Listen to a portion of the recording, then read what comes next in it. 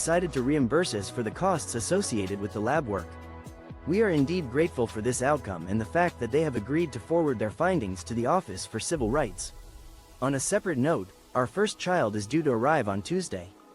TLDR, our lab confirmed a HIPAA violation in our IVF treatment, have been reimbursed for the lab work, and will be forwarding their findings to the Office for Civil Rights.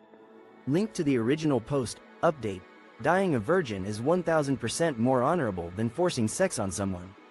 There was a post earlier stating that rapists were like also sad people because they never got given a chance or some bullshit. Nah, you're a dope virgin, gumdrop up until you force someone to fuck you. Once yo, remaining a virgin is infinitely more admirable than resorting to coercive behavior. A recent post claimed that perpetrators of sexual violence often struggle with their own issues, implying that they never received opportunities or understanding. However, this reasoning falls flat. Let's be clear. Being a naive or inexperienced individual is a far cry from someone who can't control their primal urges. Forcing someone into sex betrays a lack of self-control and emotional intelligence, rendering the perpetrator even more pitiful than the virgin. Do not sympathize with convicted rapists. Their actions are inexcusable, regardless of any personal struggles or emotional deficiencies they may have.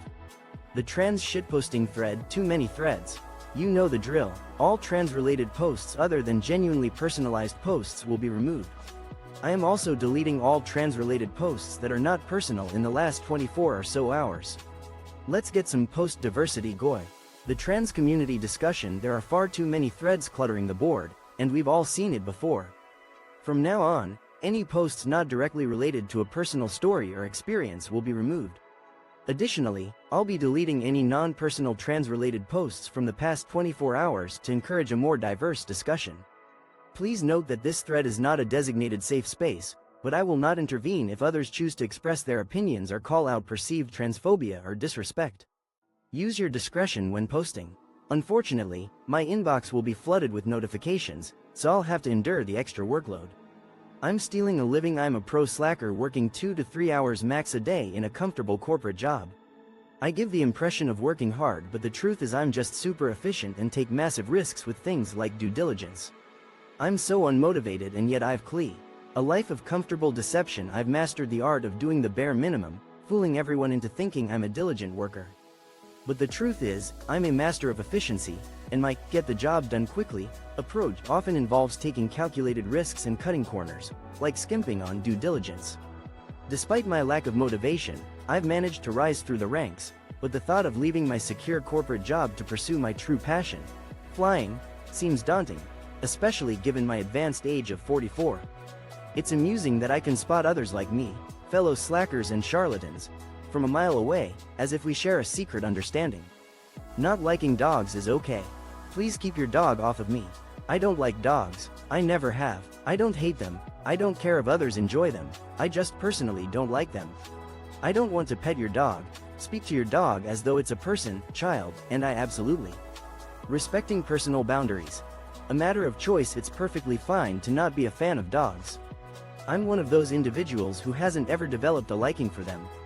While I don't harbor any animosity towards them, I also don't feel compelled to participate in activities that involve dogs. I respect that many people adore their canine companions, but for me, it's just not something I can relate to. When it comes to interacting with dogs, I'd prefer to keep some distance. This means I wouldn't want to pet your dog, engage in conversations with it as if it were human, or tolerate it jumping all over me. These actions feel intrusive and uncomfortable. It's not about being mean or heartless. It's simply a matter of personal preference. The notion that I should be forced to interact with dogs or be seen as a villain for not wanting to do so is unfounded and misguided. If your kid doesn't feel comfortable with the photo or video you put online, fucking take it down. This is the reason I have such horrible anxiety, stage fright, and am insecure. My whole life my mom has posted embarrassing shit on Facebook and refuses to take it down even when your child expresses discomfort with the content you post online, it's crucial to respect their feelings and take immediate action. A recurring pattern of anxiety, stage fright, and self-doubt has plagued me for a long time. The primary cause of this is my mother's persistent posting of embarrassing photographs and videos on social media, despite my repeated requests for her to remove them. It's essential to heed the words of your child. TLDR. Listen to your kids when they express discomfort with online content. I purposely damaged food packaging at work. I work at a large retail chain, and we were purging the whole grocery section in the stockroom. This included getting rid of things that weren't sold there anymore, was expired, or otherwise unsellable. As long as it was still safe to eat. A covert operation at the store. I'm a stockroom employee at a prominent retail chain, tasked with clearing out the entire grocery section. This process involves eliminating items that have fallen out of rotation, past their expiration dates, or simply not meeting our sales standards. As long as these items remain safe for consumption, we redirect them to a local food bank for distribution. Upon reaching the upper shelves, I would sometimes mishandle pallets of food products, causing them to fall and crush their packaging. As a result, these items are rendered unsuitable for the sales floor and subsequently donated. The risk of discovery by management is a significant concern, as it could lead to my termination. If a 6-foot-tall kid shows up at your door trick-or-treating, give them the candy and let them be a child for one more night. If a kid shows up trick-or-treating, please just give them candy. Don't ask, "Aren't you too old for this?" They are trying to hold on to child. For one magical night, let a child be a child. If a towering 6-year-old or even a teenager in costume arrives at your doorstep, don't question their intentions or their age. Instead, hand them a treat and watch them smile. When a young person comes trick-or-treating, it's essential to remember that it's their choice to participate in this festive activity. Refrain from commenting on their height or age, and simply offer them a piece of candy as a gesture of kindness. I vividly recall an incident where a woman made a harsh remark to my then 9-year-old daughter. Her early growth spurt had left her standing at an unusually tall height for her age, and the woman's comment abruptly ended the fun of Halloween for her.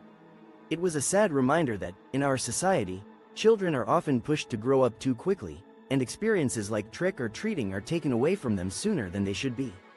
TLDR. Treat kids with kindness and let them enjoy Halloween, regardless of their age or height. Edit. This message is not intended to shame or lecture those who have unintentionally made similar comments in the past. Rather, it serves as a reminder to be more considerate and understanding of the experiences of children. Revenge on bratty kids. Yesterday my kids, 6, 4, and 2, were being terrible, mainly because they were stuck inside all day. Screaming, fighting, and just generally not pleasant to be around. I tried to distract them with games, puzzles, and coloring, but nothing seemed to get th. A day spent cooped up indoors with my trio of tiny tornadoes, 6, 4, and 2 years old, was quickly descending into chaos. The cries, the arguments, and the overall sense of pandemonium made the environment unbearable. I attempted to divert their attention with games, puzzles, and coloring sheets, but nothing seemed to be effective in lifting their moods.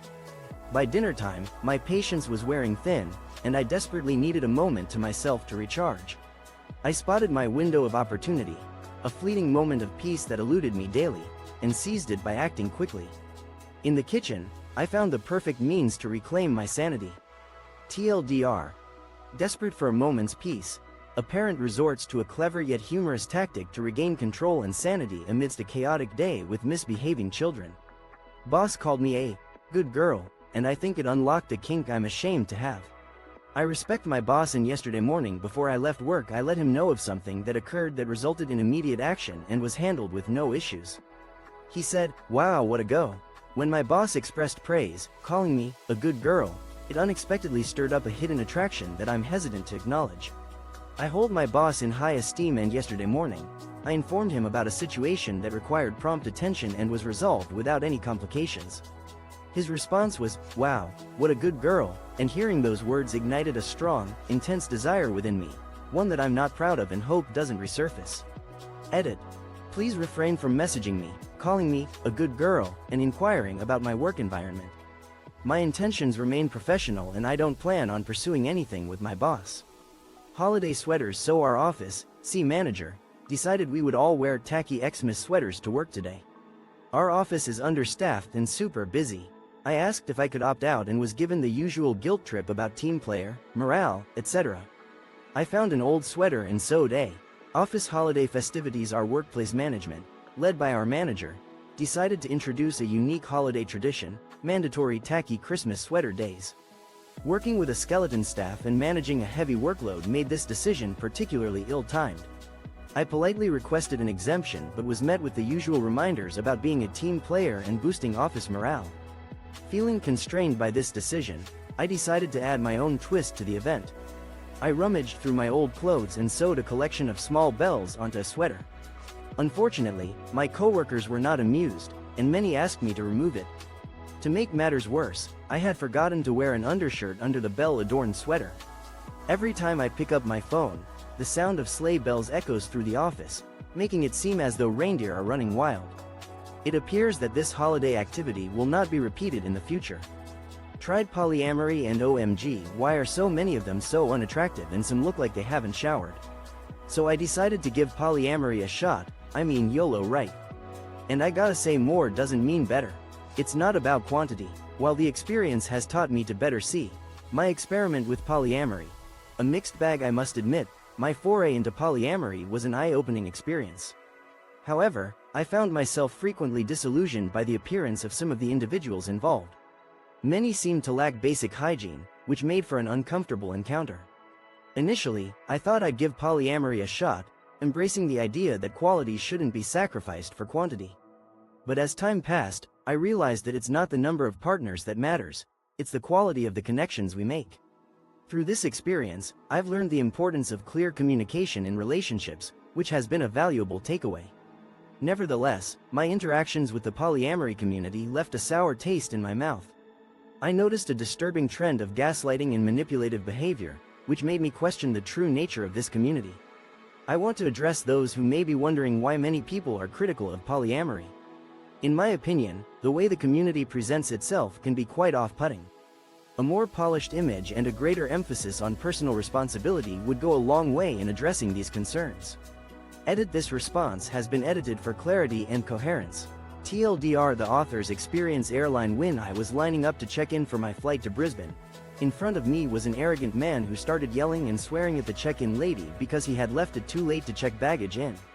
She was very polite and appeared very accommodating after advising hi. Flight fiasco. As I waited in line to check in for my Brisbane-bound flight, a self-assured individual stood ahead of me. He began berating the check-in staff member over a missed baggage check-in deadline. Despite the circumstances, the staff member maintained her composure and offered assistance, her tone remaining courteous and considerate. However, the man refused to accept the situation, only to eventually submit his luggage for checking and depart for the gate. I took a moment to commend the staff member on her professionalism. She graciously acknowledged my compliment, and with a hint of amusement, revealed that the disgruntled passenger's luggage was bound for Sydney, but his destination was Perth. I proposed to my girlfriend of 10 years yesterday, and she said no because I took too long. Basically, the title. I was so excited. I proposed. I handed her the ring.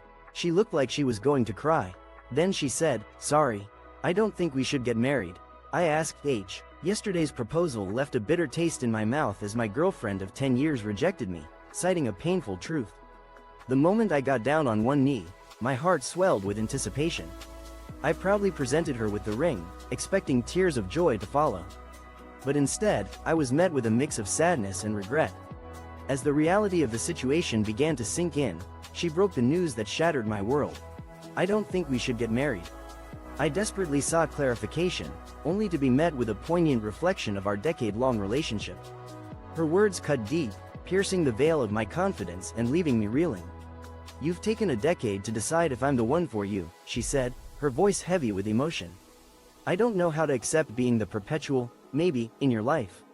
I'm consumed by regret, left to grapple with the consequences of my delayed decision. The woman I've loved for so long has made it clear she's unwilling to be my wife, leaving me lost and uncertain about my future." The comments are filled with sympathetic messages and words of encouragement, but they haven't changed the painful truth. People are sharing their own stories of dinnertime compliance. Back when I was a kid, we had a rule where you weren't allowed to start eating food before we had said the blessing. The penalty for doing so was having to wait 1 minute to start eating after the blessing for each bite you had taken before the blessing.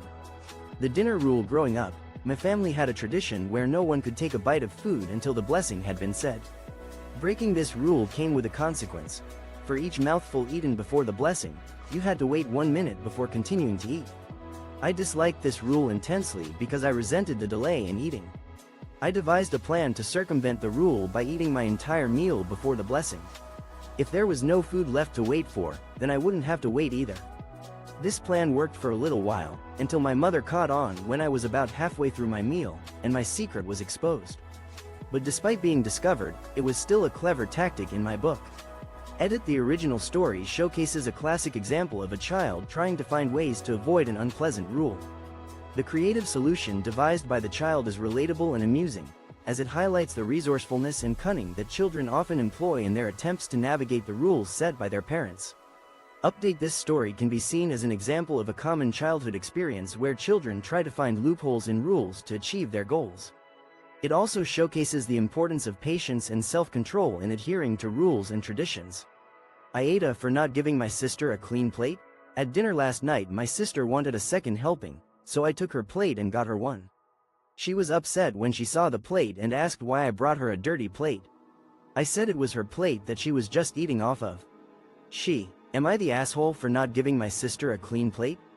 During dinner last night, my sister requested a second serving. I collected her plate and brought it